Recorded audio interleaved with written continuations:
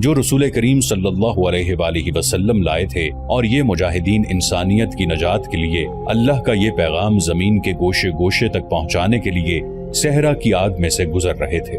اللہ نے انہیں بڑی ہی اذیتناک آزمائش میں ڈال دیا تھا اور اسی کی ذات انہیں زندہ رکھے ہوئے تھی۔ غروب آفتاب سے بہت پہلے خالد رضی اللہ عنہ اپنے اونٹ کو رافع بن عمیرہ کے اونٹ کے قریب لے آئے۔ ابن عمیرہ، خالد رضی اللہ عنہ نے بڑی مشکل سے یہ الفاظ زبان سے نکالے، کیا اب ہمیں اس چشمے پر نہیں ہونا چاہیے تھا جس کا تو نے ذکر کیا تھا؟ سوا ایک ہی منزل دور رہ گیا ہوگا۔ اللہ تجھے سلامت رکھے ولید کے بیٹے، رافع بن عمیرہ نے کہا، میں آشوب چشم کا مریض تھا، اس صحرا نے میری آنکھوں کا نور ختم کر دیا ہے، میں اب کیسے دیکھوں؟ کیا تو اندھا ہو گیا ہے؟ خالد رضی اللہ عنہ نے گھبرائی ہوئی آواز میں پوچھا، جو تو دیکھ سکتا تھا وہ ہم میں سے کوئی بھی نہیں دیکھ سکتا، کیا ہم بھٹک گئے ہیں؟ مورخ واقدی اور طبری نے لکھا ہے کہ رافع بن عمیرہ کی بینائی ختم ہو گئی تھی، اس نے ذہن میں کچھ حساب رکھا ہوا تھا۔ ان دونوں مورخوں نے اس کے صحیح الفاظ اپنی تحریروں میں نقل کیے ہیں۔ ابن ولید، رافع نے کہا، لشکر یہیں روک لے، اپنے کچھ آدمیوں کو آگے بھیج، انہیں کہہ کہ وہ عورت کے پستانوں کی شکل کے 2 ٹیلوں کو تلاش کریں۔ خالد رضی اللہ عنہ نے کچھ آدمیوں کو آگے بھیج دیا، یہ آدمی جلد ہی واپس آ گئے اور انہوں نے بتایا کہ وہ 2 ٹیلے دیکھ آئے ہیں۔ رافع نے خالد رضی اللہ عنہ سے کہا کہ اللہ کے کرم سے وہ صحیح راستے پر جا رہے ہیں، لشکر کو آگے لے چلو۔ ابن ولید، رافع بن عمیرہ نے کہا، اب اپنے آدمیوں سے کہو کہ ایک درخت کو ڈھونڈیں جس پر کانٹے ہی کانٹے ہوں گے، اور وہ کوئی اونچا درخت نہیں ہوگا، وہ دور سے اس طرح نظر آئے گا جیسے کوئی آدمی بیٹھا ہوا ہو، یہ درخت ان 2 ٹیلوں کے درمیان ہوگا۔ آدمی گھوم پھر کر واپس آ گئے اور انہوں نے یہ جان کا خبر سنائی کہ انہیں ٹیلوں کے درمیان اور ارد گرد بلکہ دور دور تک کوئی ایسا درخت نظر نہیں آیا۔ رافع بن عمیرہ نے کہا، سمجھ لو کہ ہم سب مر گئے۔ اس نے کچھ سوچ کر اور قدرے جھنجلا کر کہا، ایک بار پھر جاؤ، درخت مل جائے گا، ریت کے اندر ڈھونڈو۔ آدمی پھر گئے، برچیاں اور تلواریں ریت میں مار مار کر مطلوبہ درخت کھوجنے لگے۔ ایک جگہ انہیں ریت کی ڈھیری نظر آئی، ریت ہٹائی تو وہاں درخت کا ٹنڈ منڈسا تنا ظاہر ہوا، یہ خاردار تھا۔ اکھاڑ دو اس درخت کو، رافع نے کہا، اور اس جگہ سے زمین کھودو۔ زمین اتنی زیادہ نہیں کھودی گئی تھی لیکن پانی امٹ پڑا اور ندی کی طرح بہنے لگا۔ اس گڑھے کو کھود کھود کر کھلا کرتے چلے گئے حتیٰ کہ یہ ایک وسیع تالاب بن گیا۔ لشکر کے مجاہدین اس پانی پر ٹوٹ پڑے۔ واقدی لکھتا ہے کہ یہ پانی اتنا زیادہ تھا کہ اتنے بڑے لشکر نے پیا، پھر اونٹوں اور گھوڑوں نے پیا، تب بھی یہ امڑتا رہا۔ مجاہدین نے مشکیزیں بھر لیے، تب انہیں خیال آیا کہ معلوم نہیں ان کے کتنے ساتھی پیچھے رہ گئے ہیں۔ اونٹ بھی تر و تازہ ہو چکے تھے اور انسان بھی۔ اپنے ساتھیوں کا خیال آتے ہی کئی مجاہدین اونٹوں پر سوار ہوئے اور واپس چلے گئے۔ وہ منظر بڑا ہولناک تھا، جگہ جگہ کوئی نہ کوئی مجاہد اور کوئی اونٹ یا گھوڑا ریت پر بے ہوش پڑا جل رہا تھا۔ مجاہدین نے ان کے منہ میں پانی ڈالا اور انہیں اپنے ساتھ لے آئے۔ بعض مجاہدین شہید ہو چکے تھے، انہیں ان کے ساتھیوں نے وہیں دفن کر دیا۔ ابن عمیرہ، خالد رضی اللہ عنہ نے رافع بن عمیرہ کو گلے سے لگا کر کہا، تو نے لشکر کو بچا لیا ہے، اللہ نے بچایا ہے ابن ولید۔ رافع نے کہا، میں اس چشمے پر صرف ایک بار آیا تھا اور یہ 30 سال پہلے کا واقعہ ہے۔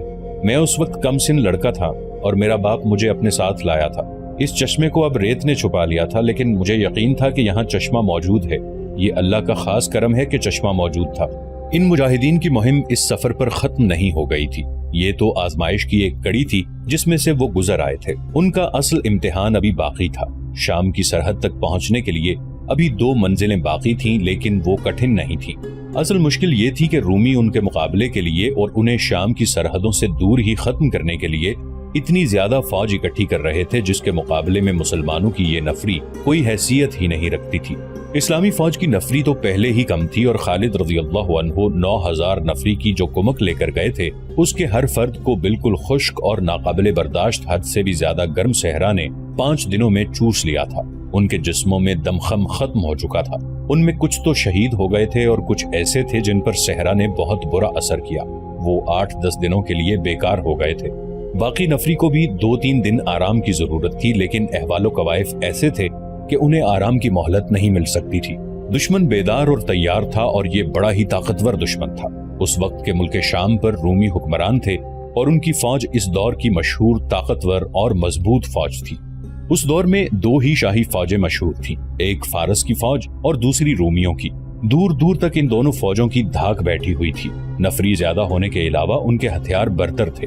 روم کی فوجوں کے متعلق تاریخ نویسوں نے لکھا ہے کہ جس راستے سے گزرتی تھی اس راستے کی بستیاں خالی ہو جاتی تھی۔ فارس کی جنگی طاقت کو تو مسلمانوں نے بڑی تھوڑی نفری سے ختم کر دیا تھا اور عراق کے بے شمار علاقے پر قبضہ کر لیا تھا۔ اب مسلمان دوسری بڑی جنگی طاقت کو للکار رہے تھے۔ رومی اکیلے نہیں تھے، ان کا اتحادی غسان کا بڑا ہی طاقتور قبیلہ تھا۔ رومی جب ان علاقوں میں آئے تو غسان واحد قبیلہ تھا جس نے رومیوں کا مقابلہ کیا تھا۔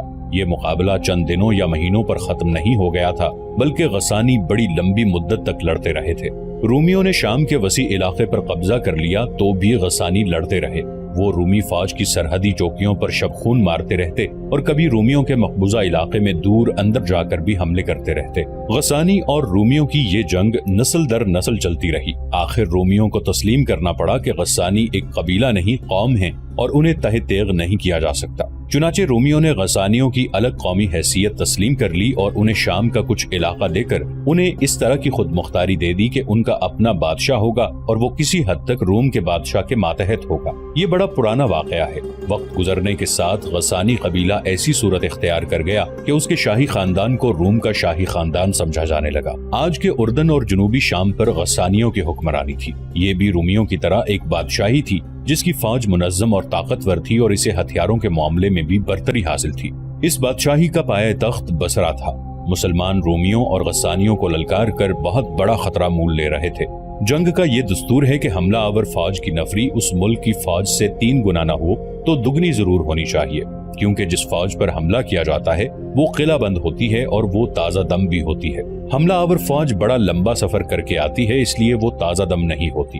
جس فوج پر حملہ کیا جاتا ہے وہ اپنے ملک میں ہوتی ہے جہاں اسے رسد اور کمک کی سہولت موجود ہوتی ہے۔ اس کے مقابلے میں حملہ آور فوج اس سہولت سے محروم ہوتی ہے۔ وہاں کا بچہ حملہ آور فوج کا دشمن ہوتا ہے۔ مسلمان جب شام پر حملہ کرنے گئے تو ان کی نفری 37,000 تھی۔ 28,000 پہلے وہاں موجود تھی اور کم و بیش 9,000 خالد رضی اللہ عنہ لے کر گئے تھے۔ یہ 9,000 مجاہدین فوری طور پر لڑنے کے قابل نہیں تھے۔ جس ملک پر وہ حملہ کرنے گئے تھے وہاں کم و بیش 1.5 لاکھ نفری کی تازہ دم فوج موجود تھی اور مقابلے کے لیے بالکل تیار۔ 5 دنوں کے بھیانک سفر کے بعد جب مجاہدین نے چشمے سے پانی پی لیا، کھانا بھی کھا لیا تو ان پر غنودگی کا طاری ہونا قدرتی تھا۔ انہیں توقع تھی کہ انہیں کچھ دیر آرام کی مہلت ملے گی۔ آرام ان کا حق بھی تھا، لیکن اپنے سالار اعلیٰ خالد رضی اللہ عنہ کو دیکھا۔ خالد رضی اللہ عنہ اب اونٹ کے بجائے اپنے گھوڑے پر سوار تھے۔ اس کا مطلب یہ تھا کہ ایک لمحے کا بھی آرام نہیں ملے گا۔ مورخ واقدی نے لکھا ہے کہ خالد رضی اللہ عنہ نے ہلکی سی زرہ پہن رکھی تھی۔ انہوں نے یہ زرہ اس چشمے پر آ کر پہنی۔ زرہ مسیلمہ کذاب کی تھی۔ خالد رضی اللہ عنہ نے جب اسے شکست دی تھی تو اس کی زرہ اتروا کر اپنے پاس رکھ لی تھی۔ یہ ارتداد پر فتح حاصل کرنے کی یادگار تھی۔ اس فتح کی ایک نشانی اور بھی خالد رضی اللہ عنہ کے پاس تھی۔ یہ تلوار تھی۔ یہ بھی مسیلمہ کذاب ہی کی تھی۔ خالد رضی اللہ عنہ نے وہی تلوار کمر سے باندھ رکھی تھی۔ واقدی کے مطابق خالد رضی اللہ عنہ کے سر پر زنجیروں والی خود تھی اور خود پر انہوں نے امامہ باندھا ہوا تھا۔ امامے کا رنگ سرخ تھا۔ خود کے نیچے انہوں نے جو ٹوپی پہن رکھی تھی وہ بھی سرخ رنگ کی ہی تھی۔ خالد رضی اللہ عنہ کے ہاتھ میں سیاہ اور سفید رنگ کا پرچم تھا، جو صرف اس لیے مقدس نہیں تھا کہ یہ قومی پرچم تھا، بلکہ اس لیے یہ پرچم ہر لڑائی میں رسول کریم صلی اللہ علیہ وآلہ وسلم اپنے ساتھ رکھتے تھے، اور جب آپ صلی اللہ علیہ وآلہ وسلم نے خالد رضی اللہ عنہ کو سیف اللہ یعنی اللہ کی تلوار کا لقب عطا فرمایا تو اس کے ساتھ انہیں یہ پرچم بھی دیا۔ اس پرچم کا نام عقاب تھا۔ 9,000 مجاہدین میں جہاں صحابہ کرام رضی اللہ عنہم بھی تھے، وہاں خالد رضی اللہ عنہ کے اپنے فرزند عبد الرحمن بھی تھے، جن کی عمر 18 سال تھی، اور ان میں امیر المؤمنین ابو بکر رضی اللہ عنہ کے نوجوان فرزند بھی تھے، ان کا نام بھی عبد الرحمن ہی تھا۔ مجاہدین کھا پی کر ادھر ادھر بیٹھ گئے۔ انہوں نے اپنے سالار اعلیٰ کو گھوڑے پر سوار اپنے درمیان گھومتے پھرتے دیکھا تو سب اٹھ کھڑے ہوئے۔ خالد رضی اللہ عنہ نے زبان سے کچھ بھی نہ کہا، وہ ہر ایک کی طرف دیکھتے اور مسکراتے تھے۔ ان کی خود اور زرہ دیکھ کر اور ان کے ہاتھ میں رسول اللہ صلی اللہ علیہ وآلہ وسلم کا پرچم دیکھ کر مجاہدین سمجھ گئے کہ ان کے سالار اعلیٰ چلنے کو تیار ہیں۔ تمام مجاہدین کسی حکم کے بغیر اٹھ کھڑے ہوئے اور اپنے اونٹوں کی بجائے گھوڑوں پر سوار ہو گئے۔ وہ جان گئے کہ اللہ کی شمشیر تھوڑی دیر کے لیے بھی نیام میں نہیں جائے گی۔ خالد رضی اللہ عنہ کی جاں فزا مسکراہٹ نے پورے لشکر کی تھکن دور کر دی۔ لشکر چلنے کے لیے تیار ہو گیا۔ ولید کے بیٹے یہ دیکھ، ایک آدمی پرجوش لہجے میں کہتا اور دوڑتا آ رہا تھا۔ یہ دیکھ ولید کے بیٹے، اللہ نے میری بینائی مجھے لوٹا دی ہے، میں دیکھ سکتا ہوں۔